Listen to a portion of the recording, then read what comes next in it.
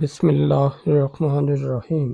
حضرت ثعلبہ بن عبد الرحمن رضی اللہ تعالی عنہ۔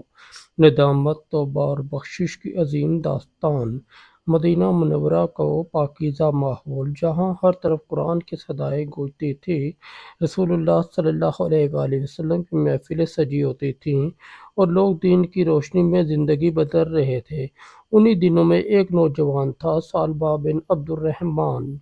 یہ کوئی معمولی نوجوان نہ تھا، وہ ان خوش نصیبوں میں شامل تھا جنہیں نبی کریم صلی اللہ علیہ وآلہ وسلم کی صحبت میسر تھی۔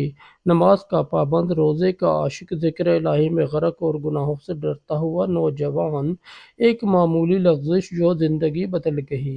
ایک دن رسول اللہ صلی اللہ علیہ وآلہ وسلم نے حضرت ثعلبہ سے فرمایا، ثعلبہ جاؤ فلاں گھر سے میرے لیے ایک چیز لے آؤ۔ وہ حکم نبوی پر فوراً روانہ ہوا۔ جب اس مخصوص گھر کے دروازے کے قریب پہنچا تو اتفاقاً دروازہ ہلکا سا کھلا تھا اور اندر ایک عورت غسل کر رہی تھی۔ ثعلبہ کی نظر جیسے ہی اس پر پڑی تو دل لرز گیا، فوراً نظر نیچی کی، منہ موڑا اور بھاگ گیا۔ مگر بس یہی ایک لمحہ، یہی ایک نظر اس کے دل پر بجلی بن کر گری۔ راستے میں وہ روتا رہا، یا اللہ، میں نے رسول کے حکم پر نکل کر گناہ کر لیا، میں تو تباہ ہو گیا، میں تو ہلاک ہو گیا۔ ندامت نے دل و دماغ ہلا دیے۔ اس کے دل میں خوف خدا اس قدر گہرا تھا کہ وہ مدینہ واپس جانے کے بجائے شہر چھوڑ کر پہاڑوں کی طرف نکل گیا۔ وہ دن رات توبہ، استغفار اور آنسوؤں کے ساتھ زندگی گزارنے لگا، نہ کھاتا نہ پیتا، صرف یہی کہتا، الہی مجھے معاف کر دے، میں تجھ سے شرمندہ ہوں، میں تیرا مجرم ہوں۔ نبی کریم صلی اللہ علیہ وآلہ وسلم کو ثعلبہ کی یاد۔ کچھ دن گزرے تو نبی کریم نے صحابہ سے فرمایا، کیا تم میں سے کسی نے ثعلبہ کو دیکھا ہے؟ صحابہ نے عرض کیا، یا رسول اللہ صلی اللہ علیہ وآلہ وسلم، کئی دنوں سے وہ نظر نہیں آیا۔ نبی کریم کو فکر لاحق ہوئی۔ آپ نے حضرت عمر فاروق اور حضرت سلمان فارسی کو فرمایا، جاؤ میرے پیارے ثعلبہ کو تلاش کرو، مجھے ڈر ہے کہیں اس پر کوئی مصیبت نہ آئی ہو۔ تلاش اور ملاقات۔ دونوں صحابہ مدینہ سے نکلے، پہاڑوں کی طرف گئے۔ کئی دن کی تلاش کے بعد ایک ویرانے میں ایک غار نظر آیا۔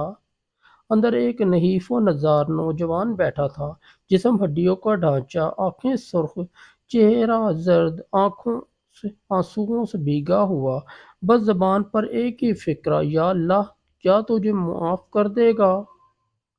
حضرت عمر نے پوچھا، ثعلبہ تم یہاں کیوں ہو؟ رسول اللہ صلی اللہ علیہ وآلہ وسلم تمہیں یاد کر رہے ہیں۔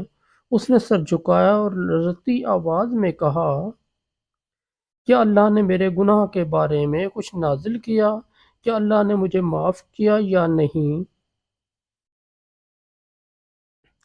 رسول اللہ صلی اللہ علیہ وآلہ وسلم کے قدموں میں واپسی۔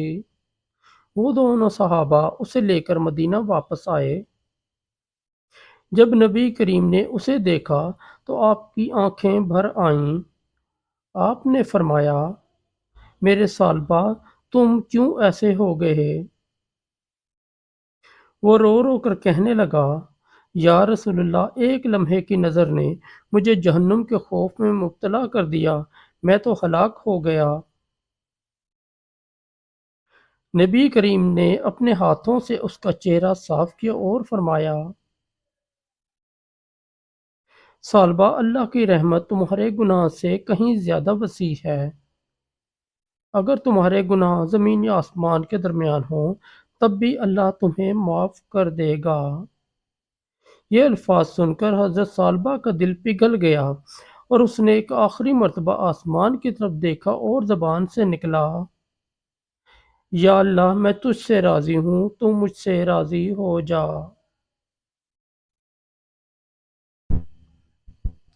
اسی لمحے وہ توبہ کرتے ہوئے اپنے نبی کے قدموں میں دم توڑ گیا۔ آخری لمحے کی کرامت۔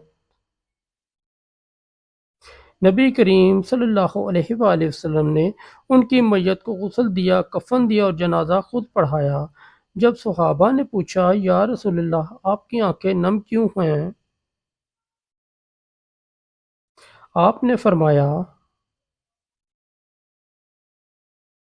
میں نے دیکھا کہ 70,000 فرشتے حضرت ثعلبہ کے جنازے میں شریک ہوئے، جو آسمان سے صرف اس لیے اترے کہ ایک سچے توبہ کرنے والے بندے کو سلام کر سکیں۔ سبق اور پیغام۔ حضرت ثعلبہ کی کہانی ہمیں سکھاتی ہے کہ اللہ تعالیٰ کی رحمت گناہوں سے بہت زیادہ ہے۔ اصل چیز ہے ندامت اور سچی توبہ۔ اگر ہم سچے دل سے اللہ سے معافی مانگیں تو فرشتے بھی سلامی دینے آتے ہیں۔ اے رب، ہمیں بھی ایسی توبہ کی توفیق دے جو دل سے ہو، آنکھوں سے بہے اور تیری رضا حاصل کر لے۔ آمین۔ دوستو، اگر ہماری یہ سٹوری آپ کو اچھی لگی تو ہمارے چینل کو سبسکرائب کر دیں اور اس ویڈیو کو لائک اور دوستوں کے ساتھ شیئر کر دیں۔ بہت شکریہ۔